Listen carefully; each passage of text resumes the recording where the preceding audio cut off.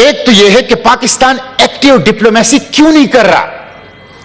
اگر Brazil, Bolivia, Colombia, South Africa ایک مضبوط موقف دے سکتا ہے تو پاکستان کم از کم اس جیسا موقف کیوں نہیں دے رہا؟ پاکستان کیوں خاموش ہے؟ پاکستان کیوں غائب ہے؟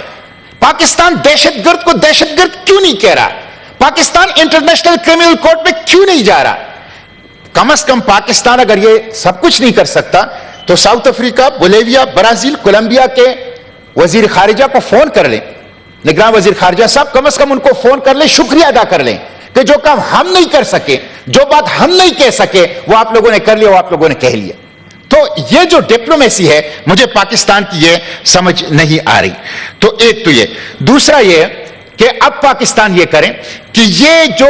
سیز فائر ہوا یہ ایکسٹینڈ ہو جائے، ہر صورت میں او آئی سی کے پلیٹ فارم سے ایک ایسا طاقتور ڈپلومیٹک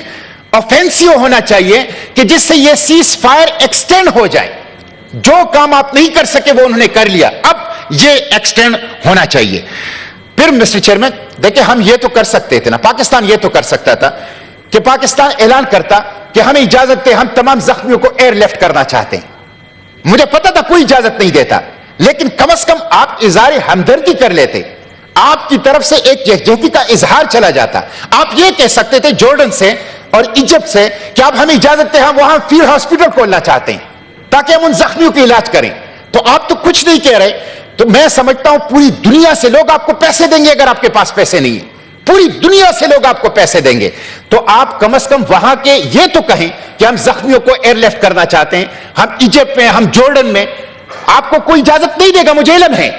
لیکن آپ بات تو کریں، آپ کوشش تو کریں، تو آپ یہ چیز جو ہے وہ کریں۔ ابھی بھی میں کہتا ہوں آپ زخمیوں کو ایئر لفٹ کرنے کی بات کریں، آپ جارڈن اور آپ ایجپٹ سینائی ڈیزرٹ میں آپ فیلڈ ہاسپٹل قائم کرنے کی بات کریں، اور پوری زور سے کریں، اور اس کے لیے کوشش کریں جارڈن اور ایجپٹ کے ساتھ بھی اور یونائٹڈ نیشن کے ساتھ بھی۔ مسٹر چیئرمین، ایک چیز یہ ہوئی وہاں پہ کہ جب میں وہاں پہ تھا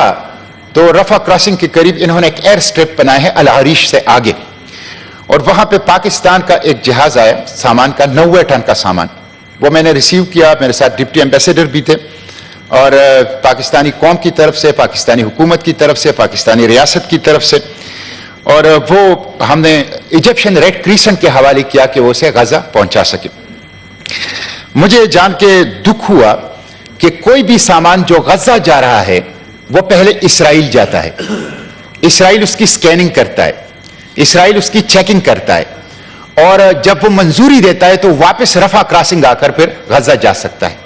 مجھے ایجپشن ریڈ کریسنٹ نے بھی اور یونائٹڈ نیشن کے چیف وہاں اس نے بھی بتایا کہ کیمیکلز اور ایسے سرجیکل آلات جس میں لوہا ہوتا ہے وہ بھی اسرائیل جانے کی اجازت نہیں دیتا۔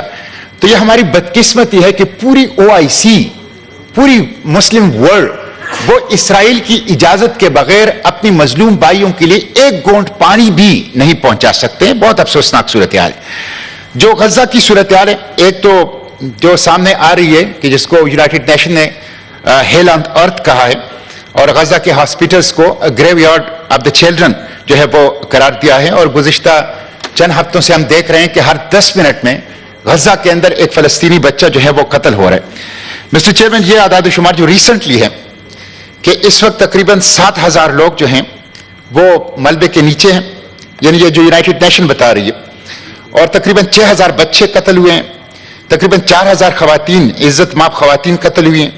اور تقریباً 5,000 مرد جو ہیں وہ قتل ہوئے ہیں، 205 میڈیکل سٹاف جو ہیں وہ قتل ہوئے ہیں، اور 64 جرنلسٹ جو ہیں وہ قتل ہوئے ہیں، اور 35 میں سے 26 جو ہاسپٹلز ہیں وہ تقریباً تباہ ہو چکے ہیں۔ لیکن وہاں جو مجھے انفارمیشن ملی مسٹر چیئرمین وہ اس سے زیادہ خوفناک ہے۔ مجھے بتایا گیا کہ کم از کم 50,000 لوگ قتل ہوئے ہیں، جو 70% عمارتیں تباہ ہیں، ان تمام عمارتوں کے ملبے میں لاشیں موجود ہیں، اور تقریباً 1 لاکھ لوگ جو ہیں وہ زخمی ہیں۔ اور مجھے ایسی تصویریں دکھائی گئی کہ اسرائیلی آرمی قیدیوں کو لاتے ہیں، بڑے بڑے قبر کھودتے ہیں، اور زندہ لوگوں کو اس میں اتار کے قتل کرتے ہیں، اور اجتماعی طور پر ان کو قتل، جو ہم نے سیکنڈ ورلڈ وار میں ہولوکاسٹ کا نازیوں کے ہاتھوں دیکھا ہے، اسی طرح کا ایک ہولوکاسٹ غزہ کے لوگوں کا اسرائیل کے ہاتھوں جو ہے مسٹر چیئرمین وہاں پہ جاری ہے۔ میں اس موقع پہ مسٹر چیئرمین حماس کو خراج تحسین پیش کرتا ہوں کہ انہوں نے بڑے پروفیشنلزم کا مظاہرہ کیا اور اربن گوریلا وارفیئر کا ایک بہترین مظاہرہ انہوں نے کیا، اور جس طرح انہوں نے مزاحمت کی پوری دنیا کے سامنے. خود ویسٹرن ایکسپرٹس کہہ رہے ہیں کہ ٹینکس بیکم سیٹلنگ ڈاکس، اور اسرائیلی فوجی کہہ رہے ہیں کہ وی آر فائٹنگ گھوسٹ، کہ ہم جنات سے لڑ رہے ہیں، اور جتنے ان کے ٹینکس اور باقی بختربند گاڑیاں تباہ ہو گئی ہیں وہ ان کی اب تک کی جنگوں میں تباہ نہیں ہوئی ہے. تو ایک جنگ تو غزہ میں ہے، تھیٹر آف وار، لیکن مسٹر چیئرمین ایک جنگ جو ہے پوری دنیا میں ہے، اور اس پوری دنیا میں جو جنگ ہے وہ بھی فلسطین جیت رہا ہے، جس طرح غزہ کی جنگ فلسطین جیت رہا ہے. یہ جنگ جو باقی دنیا میں ہے یہ سپورٹس گراؤنڈز میں ہے، جس میں ہم نے دیکھا کرکٹ کے ورلڈ کپ میں، جس میں ہم نے ٹینس کے ٹورنامنٹ کے اندر دیکھا، سفارتی تقریبات میں ہے. اور میں ضرور انڈیا کے شیما کرمانی کو خراج تحسین پیش کروں گا کہ انہوں نے جس طرح اس تقریب میں فلسطینیوں کی آواز اٹھائی، میں سمجھتا ہوں یہ پورے انسانوں کی ایک شمولیت ہے اس جنگ کے اندر. اور پھر اسی طرح مسٹر چیئرمین مظاہرے، یعنی آپ پاکستانی ہے جی پاکستانی اچھا، دوسرے جو مظاہرے ہو رہے ہیں مسٹر چیئرمین، کوئی مظاہرہ پولیٹیکل پارٹی نہیں کر رہی ویسٹ کے اندر، خود سپونٹینیس ریسپانس ہے. دوسری بات یہ ہے کہ 24 گھنٹوں کے مظاہرے، 24 آورز لوگ مظاہرے کر رہے ہیں مسٹر چیئرمین، یہ بہت بڑی چیز ہے. اب ٹویٹر پہ دیکھ لیں، سوشل میڈیا کے اوپر دیکھ لیں، اسرائیل کے حق میں چند کروڑ اور حماس اور فلسطین اور غزہ کے حق میں اربوں کے لوگ جو ہیں اس وقت پوری سوشل میڈیا کیمپین اور مظاہروں کے جو جلسے یہ پورا کا پورا ویسٹ چلا رہی. تو میں سمجھتا ہوں کہ باقی جو ایک دنیا تھیٹر آف وار جو ہے اس سے جو باقی ایک جنگ ہے وہ بھی فلسطینی اور غزہ جیت رہے ہیں. اور مجھے یہ لگ رہا ہے کہ فلسطینیوں کی حمایت میں جو سورج ہے وہ مشرق کے بجائے مغرب سے طلوع ہو رہا ہے، اور بہت بڑی طاقتور آواز وہاں سپورٹ سے، شوبز سے اور سوشل میڈیا پالیٹیشن سے وہاں پہ وہ آ رہا ہے. مسٹر چیئرمین، میں Bolivia, Colombia, Brazil, South Africa اور ایک چھوٹا سا ملک ہے بیلیز، ان کا بھی شکریہ ادا کرنا چاہتا ہوں. اس میں کچھ ممالک ایسے ہیں جو چند لاکھ کے ہیں اور انہوں نے بہت سٹرونگ ریئیکشن دیا ہے اسرائیل کے خلاف، جو کہ مسلم ورلڈ نے نہیں دیا، ہم نے نہیں دیا. آپ دیکھیں کہ ساؤتھ افریقہ کی پارلیمنٹ نے قرارداد پاس کی ان کی سفارت خانہ بند کرنے کی، اور ان کی صدر نے اس کو انڈورس کر لیا، اور وہ نیتن یاہو کی گرفتاری کا مطالبہ کر رہے ہیں، ان کے وزیر خارجہ. یہ مطالبہ خود OIC کے پلیٹ فارم سے ابھی تک نہیں آیا ہے. تو میں ان کا شکریہ ادا کرنا چاہتا ہوں مسٹر چیئرمین، اور جو کام جو ہے وہ یہ لوگ کر سکیں وہ بدقسمتی سے OIC جو ہے وہ نہیں کر سکی ہے. اب جو معاہدہ ہوا ہے جس میں تھوڑا بہت ایک مسئلہ بھی ابھی آیا ہے، وہ بھی حماس کی اور غزہ کی فتح ہے. آپ دیکھیں نا، جو کام OIC نہیں کر سکے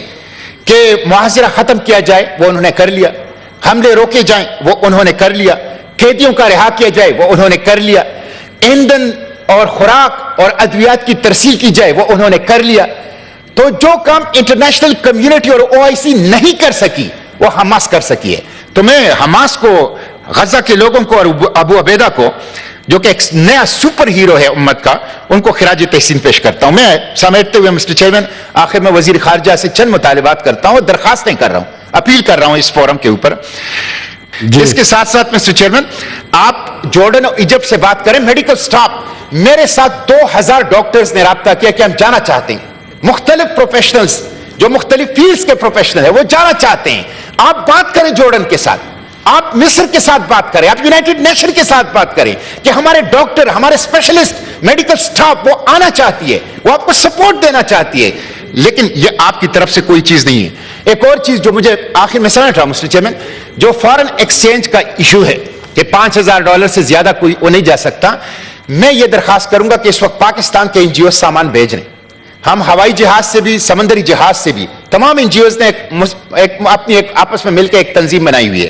تو آپ ایک ون ٹائم ایک استثناء دے دیں ان کو، اور انڈیا میں کی